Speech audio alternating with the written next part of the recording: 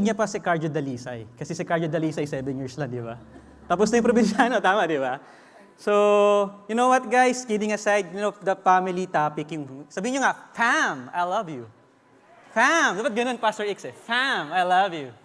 Fam, I love you. You know, the topic about family is very close to my heart. I'm really, really close to my family, no? So, allow me to share to you guys some pictures of my family. So, not that.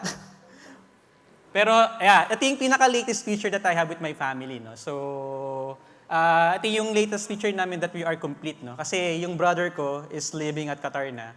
And itong taon na to, no, they visit us, no? At least to see us at least once a year, no? So, this is the latest picture that I have with them. So, of course, with our +1. So, if you want to look for your +1, you always go to Big Fridays, okay?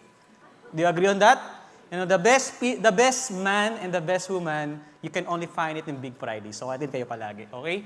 So, Provost online and on-site, you know, this is my family. I'm really close to them. I really want to go. Really want to spend time with them. In fact, I always want to eat with them. We celebrate special occasions in our family. We make sure that we don't miss anything sa parte ng buhay namin, no? Either promotion yan, or birthday yan, or something that you want to celebrate, no? We want to spend time together. And ako, as a part of this family, I really want to involve my family all the time in my career, and even in looking for God's best. I always make a point that I ask my parents, no, what's their opinion about this? Okay ba sa kanila?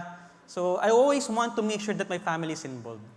But you know what, guys? The reality is this, no? Hindi ako ganun nagsimula. It all happens sa ganitong scenario. Ito pala.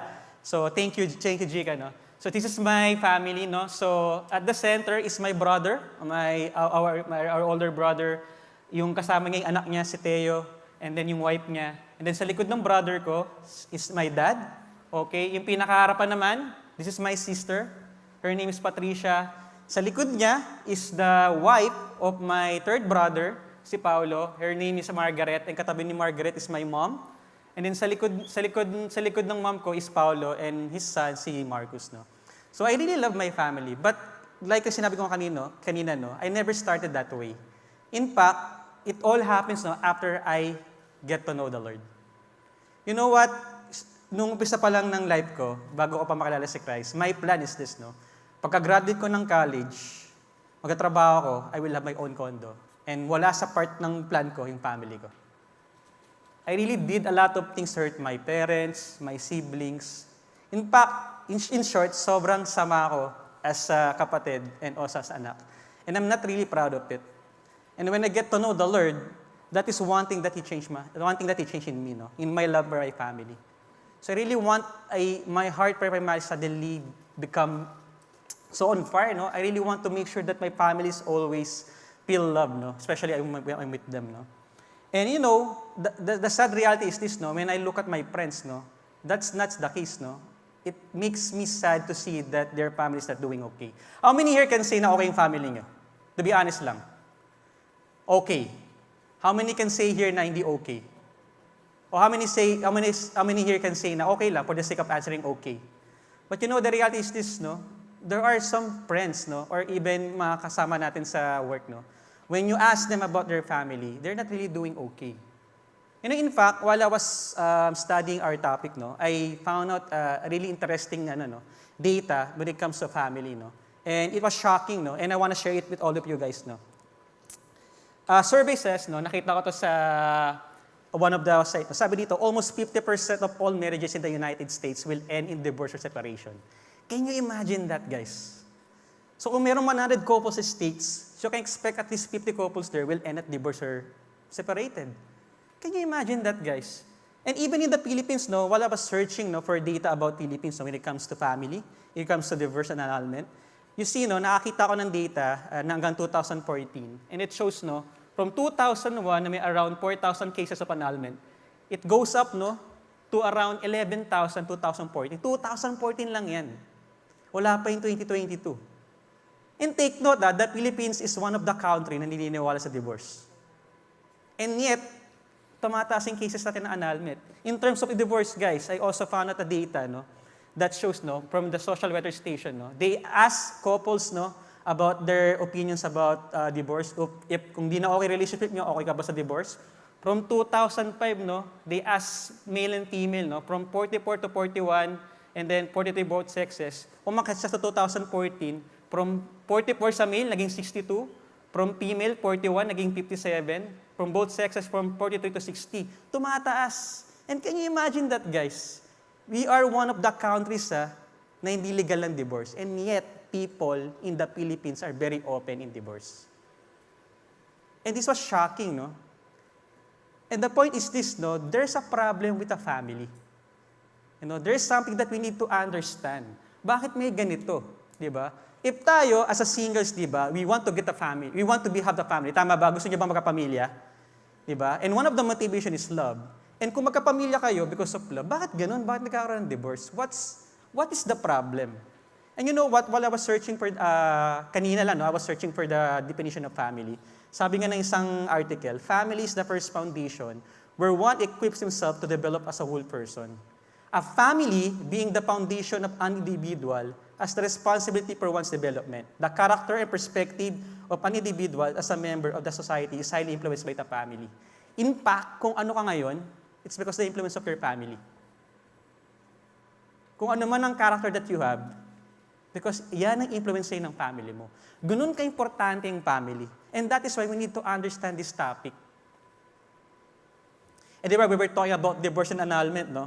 Sabi sa isang article din, you know, children expects that their parents to stay happy and in love with each other as they spend time their lives together. Ganun din ba kaya? Gusto niyo yung parents yung nagmamahalan? Tama ba? Wala namang sigurong bata na pinanganak sabi, ay sana nag-aaway yung parents ko.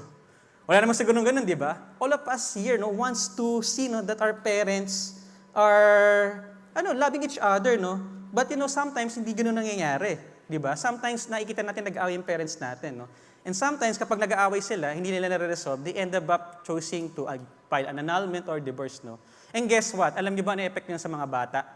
Sa mga nagiging anak nila? You know, in one of the study done in Finland, sabi, in 2016, they found out that children with divorced parents were more likely to follow in their parents' footsteps and walk on the same path later in life. So kung yung family mo, they end up divorce, there's a chances that you will also follow the same path. And it is dangerous. Kasi yung cycle, it continues eh. No wonder, no, kung bakit tumataas yung numbers about divorce and annulment. It's because of this, no. Kapag yung bata, nakita nila, na nag-divorce o nag-annuling parents nila, they will follow the same. So pag nagkapamilya sila, yung magiging anak nila, gagayahin din sila. So it's a dangerous cycle, non-stop. And why is that?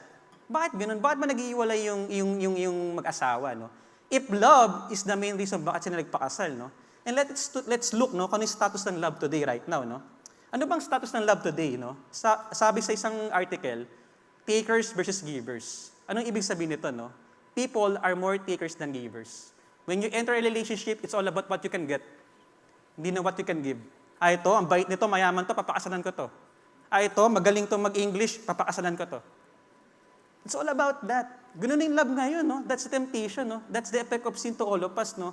It's all about what we can get. Hindi na siya about what we can give. Wherein yun ang true definition ng love na binibigay sa atin ni Christ, no? And if that is your attitude, ano effect nito? Our love will drain people. Kahit inside your family, no? Kahit hindi in the context of relationship, kahit hindi in the context of marriage, kahit in the context of your family, no? When your mindset is all about what you can get from your brothers or your parents, you will drain them. And that's the problem right now, guys. I am not here to discourage you about family. Okay? Don't get me wrong, ha? But I want you to show some facts, no, that there's a problem about family, no. No, there's a decaying in the moral values of family, no. The world is full of darkness, kaya affected yung family natin, no. And we need to be aware of that. You know, for us to be able to take care of our family, we need to understand the truth. Because we can simply say, sige, alagaan natin yung pamilya natin, no? But alam niyo ba talaga nangyari sa loob ng pamilya?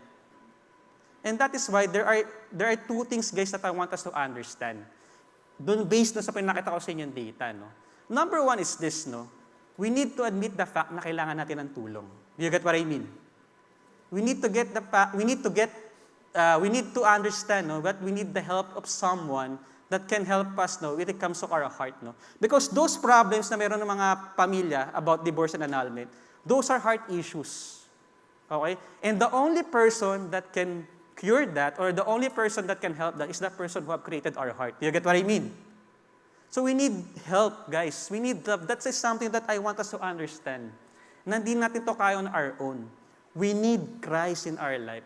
Just like what Pastor Iker said no, dun sa intro niya kanina. No? We need the help of the Lord.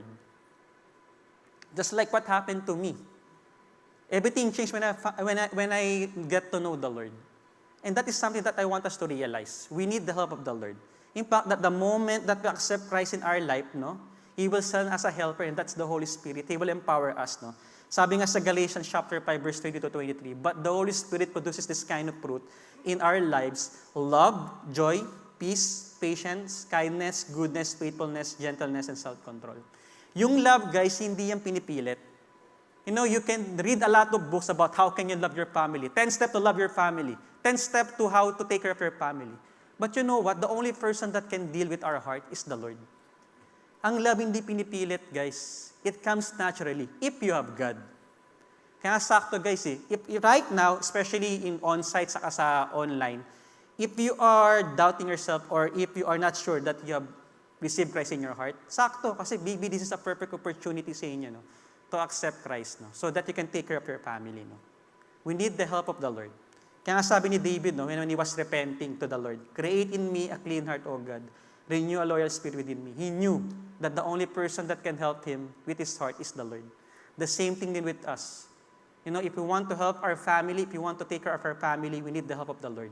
We need the help of someone who have created our heart. Do you get what I mean, guys? Are we communicating? Gamitin kayo kay Pastor P. Are you communicating? Are we clear? Are we clear? So second point that I want you to guys understand is this, no? Just like what Pastor Iker said, singles, you have a role to play in your family. You cannot simply blame your parents na, kasalanan ng tatay at nanay ko yan eh. Hindi ko problema yan. Hindi, guys. Singles, you have role to play. No, you have part to play. You cannot simply say na, give up na ako sa family ko.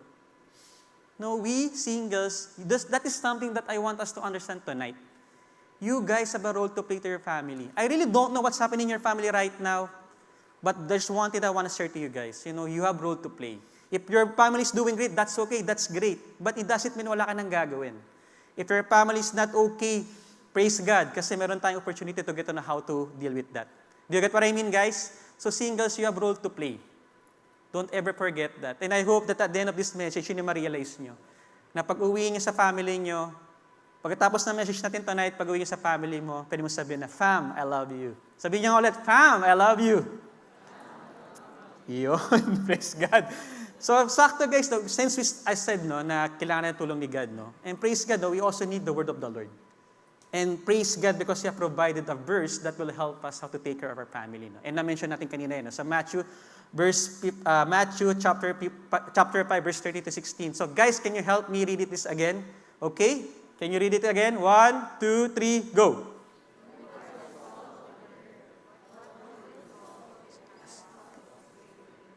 Can you make it salty again? Blown out, underfoot, supportless. You are the light of the world.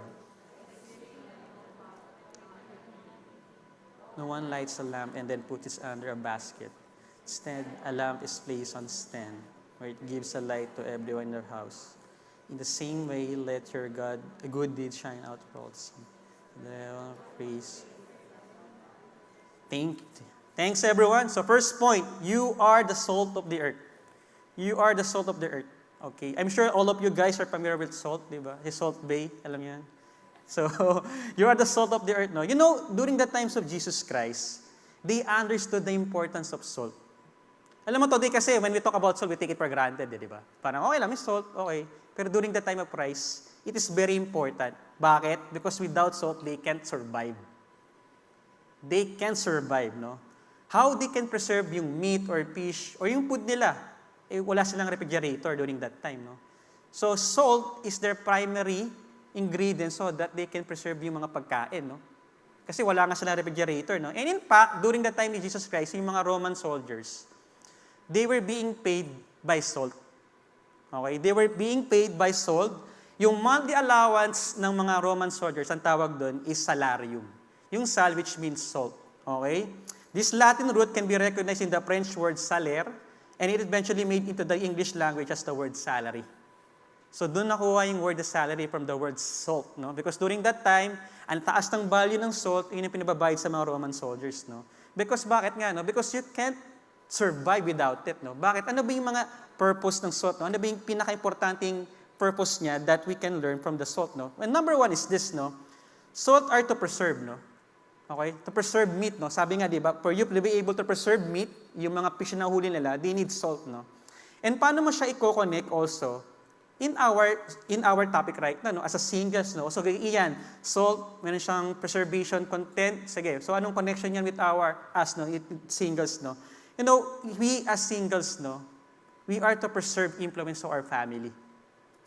Okay? Let me repeat it. We are to preserve influence to our family, no? And for us to be effective, for the salt to be effective, it must be in contact with the meat or fish, or it is to preserve, no? Kailangan magkaroon ng contact with the meat or the fish, no? The same thing with us, no? As the salt, sabi ni God, you are the salt, ha? It is very clear na sinabi ni Christ. It is you. You are the salt. Not others, not you, not me, not just me only, but everyone, no? That you are the salt, no? And you need to be contact, no, with the meat for you to be able to perform yung one of the purposes mo, no? The same thing din with the singles, no? Tayo guys, no? We need to be physically present with our family. How can we, can you imagine this? How can you influence them, pero at the same time, wala ka naman sa inyo? Can you get what I mean? If we are to take care of our family, we need to preserve influence with them. We need to influence them, no? Pero ang problema is this, no? How can you influence them kung wala ka naman sa kanila palagi?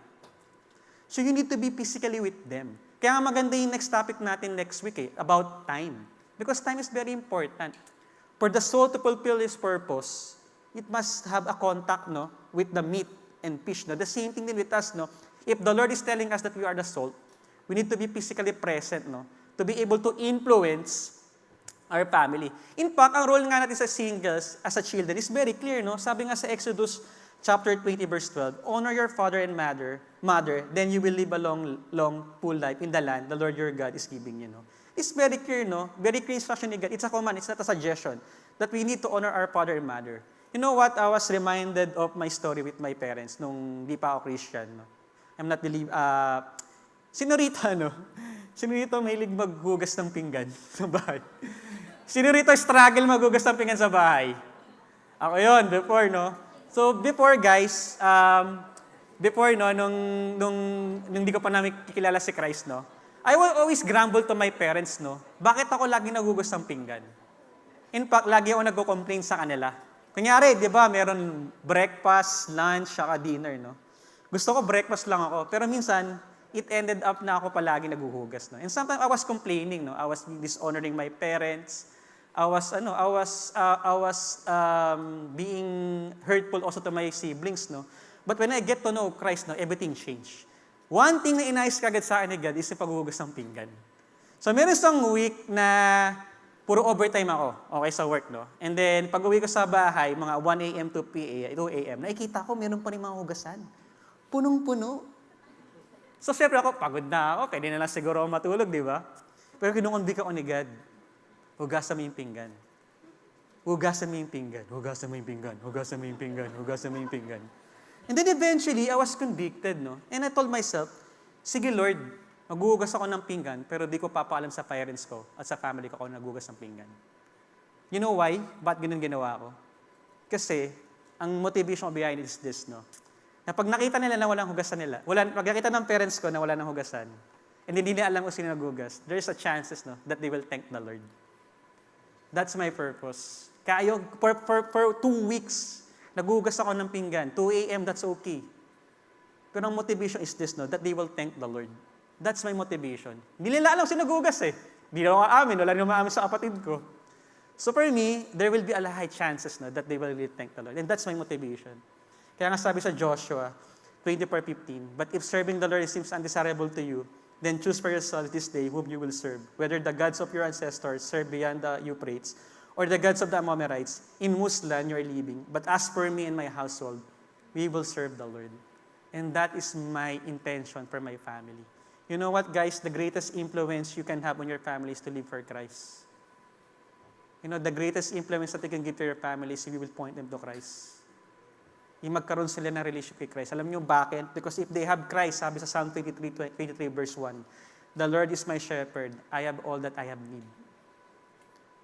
If they have Christ, they will not lack anything. You know, you can give your family food, clothes, or a lot of things, no? But at the end of the day, the only person that can satisfy this heart is the Lord. You get what I mean, guys? And that's the reality. And that is why, during that time na nagugas ang pinggan, that's only my motivation. I want them to get to know the Lord. Kahit di nila malaman ako naghuhugas, basta ang point ko is for them to be influenced kay Christ. Are we communicating, guys? Are we clear so far? So maghuhugas na rin ba kayo ng pinggan mamaya at di nyo papaalam? Praise God, praise God. So the first component, first purpose of salt is to preserve. Okay, the second purpose naman is to add flavor. You know, I was asking a brother kanina, no? Katabi ko siya dun sa table. He's a chef. So sabi ko, importante ba talaga salt sa pagluluto, no? And he told me that, you know, for the food to be taste sweeter, no? Kailangan din yung salt, no? So, it affects the flavor of the food, no? And in fact, can you imagine the food na walang salt? I mean, kayo ba? Menudo, may salt, di ba? Adobo, may salt. So, salt adds flavor, you know? And anong connection niyan when it comes to family, no? To us, no? As a singles, no? Who are trying our best, no? To take care of our family, no? You know, when being a salt, no? You add flavors to your family. Okay? It is noticeable kaagad. Pag tinikman mo, mararamdaman mo yung epekto agad ng salt, no? Just also in the context of your family, no? Just like in the context of family, no? Mararamdaman nila. Malalasa nila yung presensya mo, no? I was reminded of a story of my brother. So, si Paulo, can you show you the picture? So, I was reminded of a story of my brother, no? So, may anak siya si Marcus, no? So, nung naging part si Paulo of my Go Baral D group, no? He was sharing to us, no? Ang tawag pala sa kanya ng anak niya, dragon. Alam niyo bakit? Kasi may ulo ng kapatid ko eh. So one time, kinikwento niya sa amin yun sa D-group session namin. So nagkwento siya. One time daw, hinatak siya ng anak niya. Ito na, nagkaroon siya ng relationship kay Christ, ha? Hinatak siya ng anak niya. Sabi sa kanya ng anak niya, "Pa, tagal mo nang di nagagalit, no? Okay." So it's, you know, it has an effect agad. May epekto talaga. When you become a follower of Christ, when the Lord told you that you are the salt of this earth, may epekto siya, mararamdaman siya. Just like also in my with my Go Baral D group. This is my Go Baral D group. A majority of my members are married. Okay? 90% are married, no? So nung nag-umpisa kami, every Saturday kasi yung D group namin before, no? 8 p.m. Eh yung day na nun, yung day pala yun is the grocery day ng mga nila. Ng asawa nila, no? So sometimes they will ask their wife, no, pwede bang i-move natin yung oras ng D-group ng grocery natin? Pwede bang i-move natin na mas maaga? Siyempre yung mga wife nila, bakit? Ano yung Bible study na yan? Hindi, mag-grocery tayo. So eventually they keep on asking kung pwedeng move. So solusyon na namin. And then after a couple of weeks, ito yung funny story. Nagkwento na sa akin yung Go Baral members ko. One time, siyempre, natutunan nila to love their wife, no? So, siyempre, unahin ko anong gusto ng wife, di ba? So, sabi ng isang member ko, so, wife, honey, anong oras mo gusto mag-grocery? 8 p.m. tayo? Guess what? Sabi ng wife niya, di ba may Bible study ka? Hindi, mag-Bible study ka, agahan natin. 3 p.m. tayo, pero umating ka ng Bible study. So, what's the point, no? Ang point is this, no? They see the effect. They see the effect of Christ in the lives of their husband. Ngayon, hindi na pinapipilit. Nagagalit pa yung asawa pag hindi umaatin ng Bible study. Galit pa. So, sila na yung nag-book ng schedule ng mga members ko for them to be able to attend the Bible study. No? And that's what it means, no, to be the salt. No? You preserve, it adds flavor. No? Nakikita ka agad yung effect. No? So you guys, when the Lord told you to be the salt in your family, you are to preserve. No? Bakit? Because the world is decaying. The world is decaying, no? And you need to prevent that, no? Because of sin, merong ganun, no? And as singles who are follower of Christ, no? Ang role natin is to prevent that from happening, no? We need to preserve influence to your family, okay? At the same time, we need to be a flavor, no? It instantly gives the effect, no, to your family, no? But at the same time, guys, there's a warning, no? Ang sabi dito, but what good is salt if it has lost its flavor? Can you make it salty again? It will be thrown out and trampled underfoot as worthless, no? You know, yung salt can lose its flavor, no? Pero in fact, sabi sa scientific research, yung salt is one of the stable compound, eh. But it can also lose its saltiness. Paano? When you allow dirt to mix dun sa salt. When you allow chemical impurities to mix with the salt, it loses its saltiness, no? And what does it mean to us, no? As the salt that being mentioned by Christ, no? When Jesus Christ told us to be salt in this world, what does it mean tong warning na to sa atin, no? We need to be careful with sin. No, you lose your influence in your family when you commit sin. When you disobey the Lord, you lose your influence, you lose that favor to your family. And that is why we need to be aware of this, guys. When we say following Christ, no, 100%. No what ifs, no buts. It's 100%.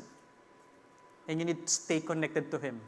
Bakit? Because once na disconnect ka sa Kanya, mahirapan ka ng mahalin ng family mo. That's the reality. I have seen that in my life.